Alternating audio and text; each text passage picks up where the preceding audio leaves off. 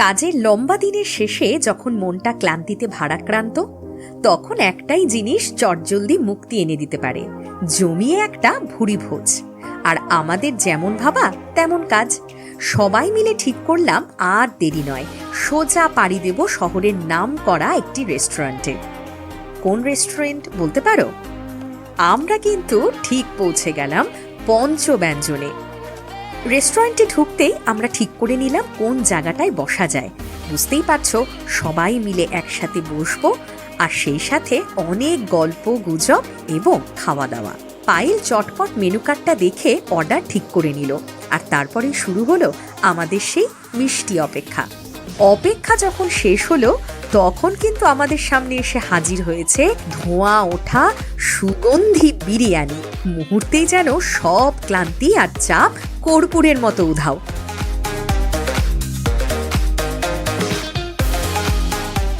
কি যে লোভনীয় ছিল সেই চিকেন দম বিরিয়ানি!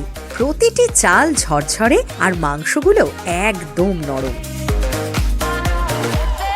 সাথে ঠান্ডা রায়তা আর উচ্ছল কোল্ড ড্রিঙ্কস, সব মিলিয়ে যেন এক স্বর্গীয় অনুভূতি।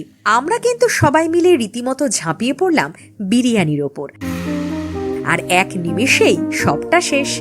পেট আর মন দুটোই যেন তৃপ্তিতে ভরপুর। কাজের সকল দুশ্চিন্তা ভুলিয়ে এই বিরিয়ানি ভোজটা যেন একটা দারুণ স্ট্রেস বাস্টার ছিল সেদিন। হাসতে হাসতে গল্প করতে করতে বাড়ি ফেরার পথে তখন শুধুই আনন্দের রেশ।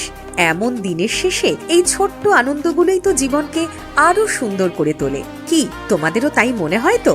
চটপট কমেন্টে লিখে জানাও।